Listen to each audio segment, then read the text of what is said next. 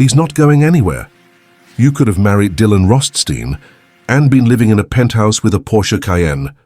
Instead, you're in a one-bedroom walk-up with a guy who thinks Olive Garden is fine dining. A long pause. Then Catherine's voice, I know. Just, I know. Not, he's a good man. Not, I don't care about money. Not, I love him. Just, I know. James closed his laptop. Something in his chest, something that had been cracking slowly over the past 8 hours, finally broke completely. Not with anger, not with tears, just with a quiet, certain clarity. He picked up his phone and called Marcus Thornton. I need you to do 3 things for me, James said. First, start the paperwork for a divorce. I want the prenuptial trust activated immediately. Catherine gets nothing from my inheritance. Understood. Second, I want to buy an apartment. Send me a real estate agent who can work quickly. Budget is $3 million or under. I want to be moved out by the end of the week. Done. And third, I want you to schedule a meeting with the IRS agent handling Richard Westbrook's case. I have additional information that might be helpful to their investigation. There was a smile in Thornton's voice. Your father would be proud. Mr. Mitchell. He always said you were kinder than the Westbrooks deserved, but never stupid. I'm done being kind to people who think kindness is weakness. If you're enjoying this story, hit that like button and let me know in the comments what you would have done in James's situation. Catherine appeared at the apartment the next morning at 6:47 a.m., looking like she hadn't slept. Her $2,400 Burberry dress from the funeral was wrinkled. Her makeup was smeared. She still looked beautiful. She'd always been beautiful. But for the first time, James looked at her and felt nothing at all. You're not answering my calls, she said, pushing past him into the apartment. I've been busy. James, please. I know you're angry. I know the will was shocking, but we can work through this. We're married. We love each other. Do we? She froze. Of course we do. I love you, James. I know my family has been awful, but that's them, not me. I've always been on your side. File number 127, James said quietly. Your brother asked you if you regretted marrying me instead of Dylan Rothstein. Do you remember what you said? The color drained from her face. You listened to them. All of them. Every single one. 127 files spanning 8 years of your family mocking me while you stood by and agreed. I didn't. I was just trying to keep the peace. James, you don't understand what it's like with my family. For if I defended you too much, they'd make it worse for both of us. You told your brother I was mediocre at my father's retirement party. I didn't mean... You told your mother you wondered what life would be like if you'd married someone richer. You told Melissa I had limitations. You laughed when Brandon said I was dragging down the family's collective net worth. She was crying now, the same tears that had worked on him 1,000 times before. I'm sorry. I'm so sorry. I was weak. I should have defended you. But James, I do love you. Maybe I didn't show it right. Maybe I let them influence me too much. But underneath it all, I love you. You love what I am now. $74 million worth of what I am now. That's not fair. You know what's not fair? James's voice was still quiet, but something in it made Catherine step back. 8 years. 8 years of making me feel like I wasn't good enough. 8 years of sighing when I talked about my job, of steering me away from conversations at parties, of apologizing to your family for my existence. 8 years of choosing them over me every single time. I'll change. We can move away from my family. Set boundaries. Start fresh. I've already started fresh. I bought an apartment in Brooklyn Heights yesterday. 3 bedrooms, exposed brick, $2.3 million. I close next week. So I'm moving my stuff this weekend. What? You can't. We need to discuss this. We're married. I've filed for divorce. Marcus Thornton is handling it. Because of the prenuptial trust my father established, you're not entitled to any portion of my inheritance. You'll need to get your own lawyer. Catherine's tears stopped as abruptly as if someone had flipped a switch. Her face hardened into an expression James had seen 1,000 times, but always directed at waiters, shop clerks, valet drivers, never at him. You're making a huge mistake, she said coldly. My father's attorneys will tear apart that trust. We're married, James. New York is a community property state. It's not, actually. New York is an equitable distribution state, which means courts divide assets fairly, not necessarily equally. And my father spent $67,000 in legal fees over 18 years, making sure this trust is absolutely bulletproof. It's been reviewed by 3 separate law firms. You're not getting a penny.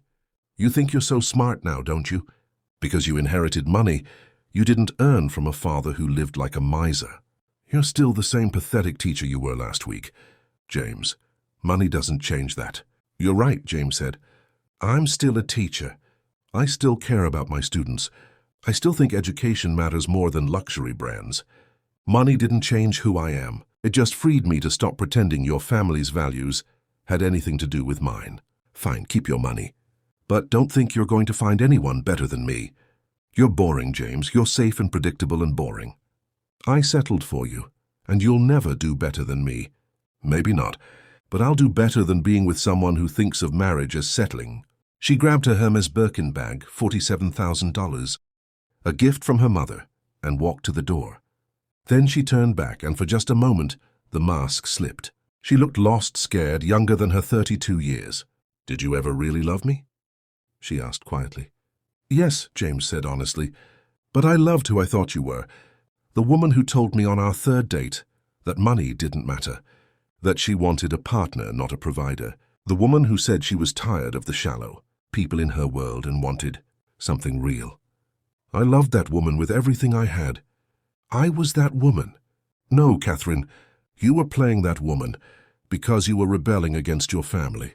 And the moment you got tired of rebelling, you went right back to being exactly what they raised you to be. She left without another word.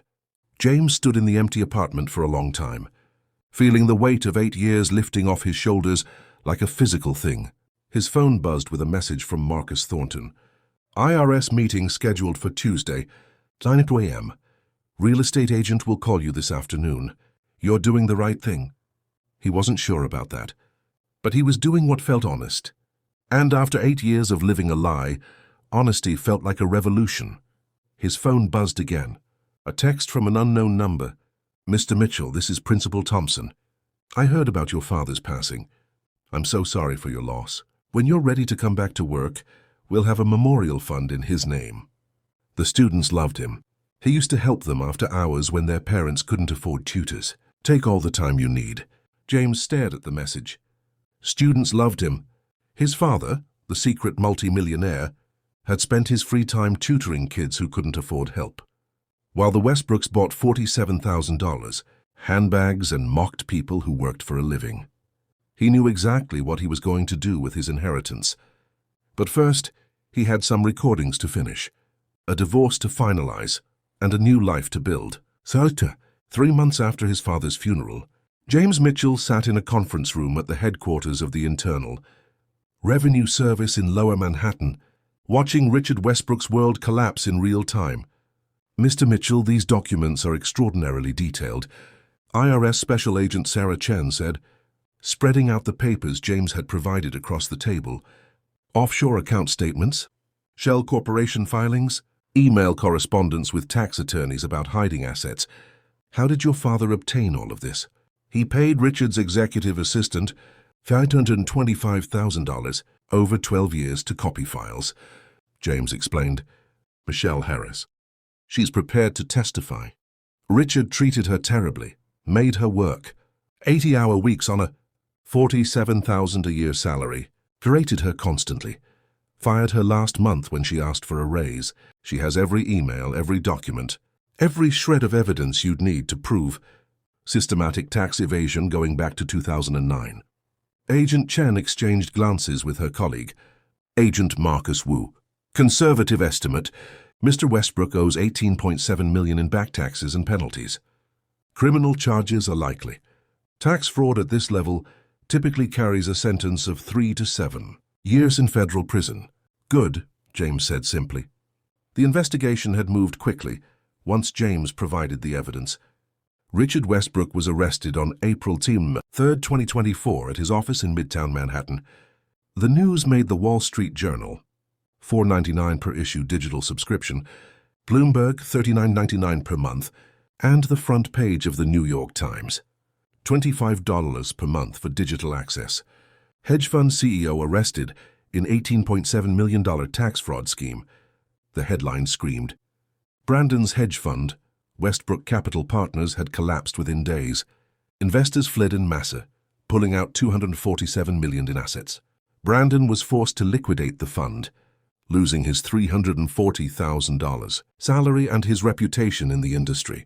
The short positions James's father had taken against Brandon's investments paid out exactly as predicted, $4.3 million, which James immediately donated to scholarship funds for underprivileged students in the Bronx. Melissa's divorce from her cheating husband had been finalized in March. She'd gotten the house in Connecticut, valued at $3.2 million, but had to split their other assets. Her husband's affair had become public during the divorce proceedings, destroying his reputation at his practice. The surgical center where he worked had asked him to resign. Last James heard, Melissa was working as a yoga instructor in Westport, teaching classes at $35 per session. Patricia Westbrook had become a social pariah. The story of how she'd mocked a janitor's son at his father's funeral, only to discover the janitor was worth more than her entire family, had spread through Greenwich society like wildfire. 3 country clubs had revoked the Westbrooks' memberships. Patricia's charity board positions had been quietly eliminated. Her friends stopped returning her calls. James felt no satisfaction in their downfall. Not joy, not triumph, just a quiet sense that the universe was rebalancing itself. What he felt instead was purpose. The Brooklyn Heights apartment he'd purchased had become his sanctuary. 3 bedrooms, 2,200 square feet, floor-to-ceiling windows overlooking the East River. He'd furnished it simply but comfortably. No designer labels, no status symbols, just a home that felt like him. 1 bedroom he'd converted into an office, another into a guest room. The third, to Catherine's horror when she'd seen photos during the divorce proceedings, he'd left empty. For what? His lawyer had asked. I'm not sure yet, James had said, but I'll know when I see it. The divorce had been finalized on March 15, 2024. Catherine had fought the prenuptial trust for exactly 3 weeks before her attorneys informed her it was unbreakable. She'd received her share of the marital assets accumulated during their marriage, half the furniture from their old apartment. Her car, a 2021 BMW 3 Series, $43,000, and $87,000 from their joint savings account that had been funded entirely by her family's gifts over the years. She'd moved back in with her parents in Greenwich. James had heard through mutual friends that she was dating Dylan Rothstein, the man she'd wondered about marrying instead of James. They seemed happy in the photos on Instagram, posing in front of his Porsche Cayenne, $89,000, his yacht, $2.4 million, his penthouse in Tribeca, $8.7 million. James hoped she got what she wanted. He genuinely did. For himself, he'd kept teaching. That had surprised everyone. Marcus Thornton had suggested he retire, travel, enjoy his wealth. His colleagues at PS 147 had assumed he'd quit immediately. Even Principal Thompson had told him, James, you don't need to be here anymore. You could do anything. But James had realized something in the months after his father's death. He liked teaching. He was good at it. His students needed him, and having money didn't change the fact that education mattered. What the money did change was how much he could help. On May 1, 2024, James announced the creation of the Robert Mitchell Foundation. With an initial endowment of $25 million, the foundation's mission, to provide full-ride scholarships to students from low-income families in the Bronx who wanted to pursue teaching careers. My father believed education was the great equalizer, James told the New York Times. In an interview, Nassim Mehdi to $25 digital subscription, but the article was shared 47,000 times on social media. He also believed that great teachers are worth more than hedge fund managers and corporate lawyers combined. This foundation is his way of proving it. The first class of Robert Mitchell scholars, 12 students, each receiving full tuition, room and board, and a living stipend for 4 years of college, was announced in June. The total cost, 1.7 million. James didn't blink. He'd also made a $5 million donation to PS 147 to renovate the building, upgrade technology, and create a permanent fund for classroom supplies. The school board had wept at the meeting where he presented the check. "Mr. Mitchell, this is more than our annual budget," Principal Thompson had said. "Then it should make a real difference," James had replied. But the thing he was proudest of, the thing that felt like his father's true legacy, was the after-school tutoring program. James had hired 15 retired teachers at $35 per hour, 3 hours per day, 5 days a week, to provide free tutoring to any student in the Bronx who needed help.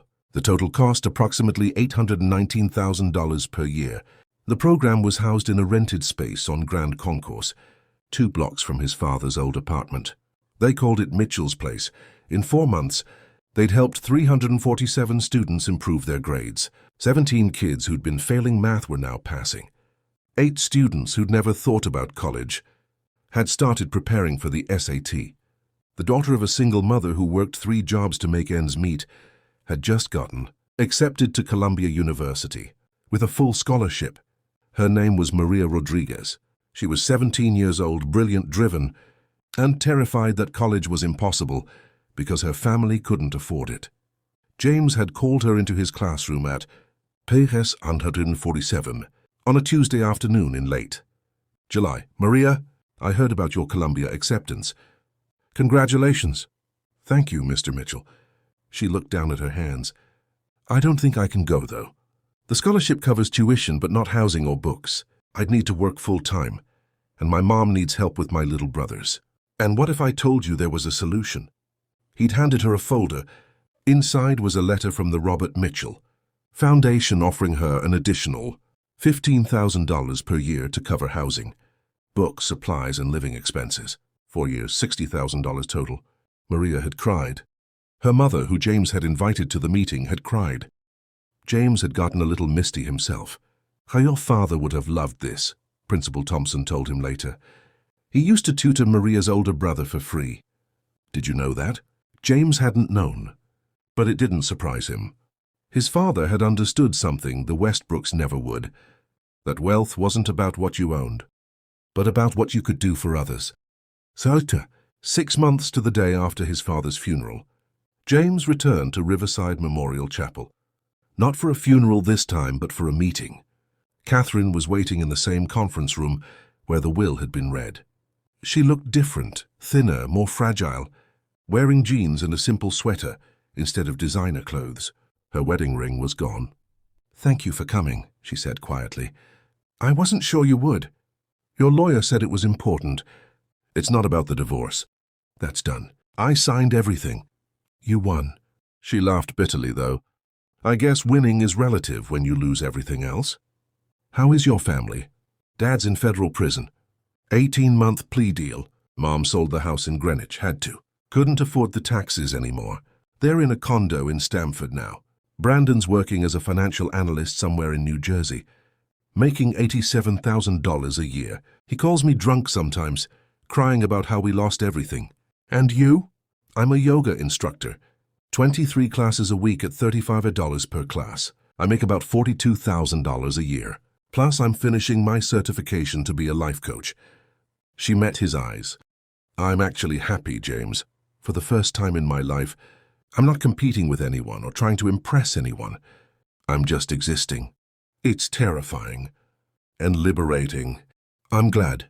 "Are you? Really?" "Yeah," he said honestly. "I never wanted revenge, Catherine. I just wanted to stop being treated like I didn't matter." She nodded slowly. "I listened to some of the recordings. Marcus Thornton sent me copies as part of the divorce evidence. I made him stop after the first 10. I couldn't believe that was me. The things I said, the things I allowed them to say. I treated you like you were disposable. You treated me how they taught you to treat people you considered beneath you. I know, and I'm sorry. I know that doesn't change anything, but I am genuinely, desperately sorry." They sat in silence for a moment. Outside the conference room window, Manhattan sprawled in every direction. Millions of people living millions of lives, each one convinced their struggles and triumphs were unique. James's father had understood that every single person mattered, the janitor and the CEO, the teacher and the hedge fund manager, all equal in the ways that actually counted. "Why did you want to meet?" James asked. Catherine slid a check across the table. It was made out to the Robert Mitchell Foundation for $15,000. "It's everything I saved in 6 months of teaching yoga," she said. "I wanted it to go to a scholarship in your father's name. He was a better person than anyone in my family, and I never appreciated that until it was too late." James looked at the check, then at Catherine. She wasn't crying. She wasn't begging. She was just trying, in her imperfect way, to do something right. "I'll make sure it goes to a student who needs it," he said, taking the check. "Thank you." She stood to leave, then paused. "Are you seeing anyone? Dating?" "Not yet. I'm focusing on the foundation, on teaching. Maybe someday you'll find someone wonderful. Someone who sees what I was too stupid to see, that you were always enough, exactly as you were." After she left, James sat alone in the conference room holding the check, $15,000. It represented 6 months of hard work from someone who'd never worked hard at anything in her life. It wouldn't change the foundation's impact. He donated $25 million, and $15,000 was a rounding error. But it meant something anyway. It meant people could change. Not always, not easily, but sometimes. He thought about the empty bedroom in his Brooklyn Heights apartment and realized what it was for. So, 3 weeks later, Marcus Thornton showed up at Mitchell's place during evening tutoring hours. James was helping a 10th grader named David with algebra when the lawyer appeared in the doorway. "Mr. Mitchell, do you have a moment?" They stepped outside onto Grand Concourse. It was early August, humid and hot, the kind of New York summer evening where the heat rose from the pavement in visible waves. "There's someone I'd like you to meet," Thornton said. "Her name is Rachel Kim. She's a social worker with the city, works with foster kids aging out of the system. She's brilliant, passionate about education equity. And she's looking for partners to help create a program giving former foster youth access to college prep and scholarship resources." "Why are you telling me this?" "Because your father knew her. She was one of his students at PS 147 30 years ago. He tutored her for free, helped her get into college, changed her life. When she heard about the foundation, she reached out to me. She has a proposal for a partnership that could help hundreds of kids every year."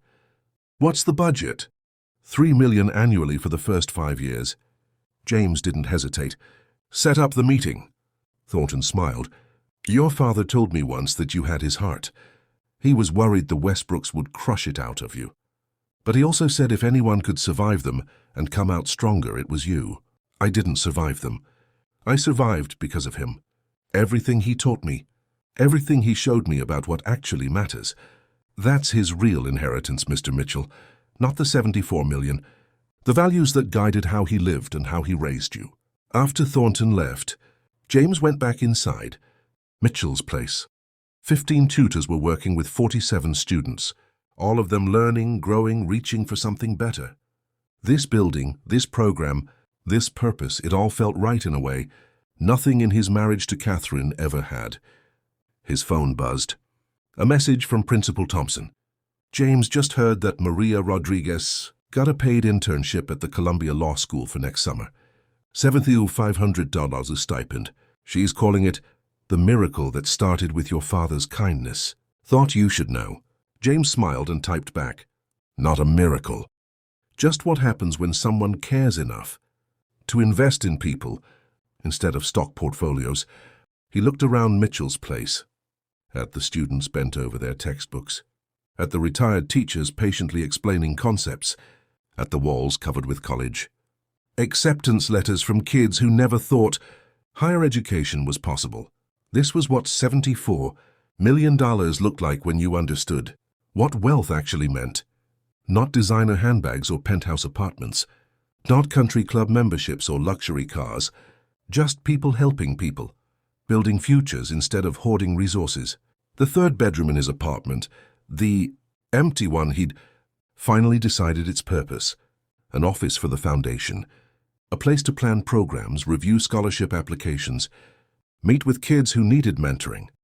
Rachel Kim's foster youth initiative would start there. So would a dozen other ideas he'd been developing. His father had spent 41 years as a janitor, building a fortune in secret while helping students who couldn't afford tutors. He lived modestly, saved meticulously, and left behind a legacy that would change thousands of lives. James Mitchell was a high school history teacher earning $61,500 a year, who happened to have $74 million in the bank. He drove a 2012 Toyota Camry, lived in a nice but not ostentatious apartment, and spent his free time running a tutoring program and a scholarship foundation. And for the first time in 8 years, maybe in his whole life, he felt wealthy in the way that actually mattered. Not because of the money, but because of what he was building with it, because of who he was becoming. Without people telling him he'd never be enough. Sometimes the best revenge isn't revenge at all. It's becoming exactly who you were meant to be, without apology, without compromise, and without the people who never saw your worth in the first place.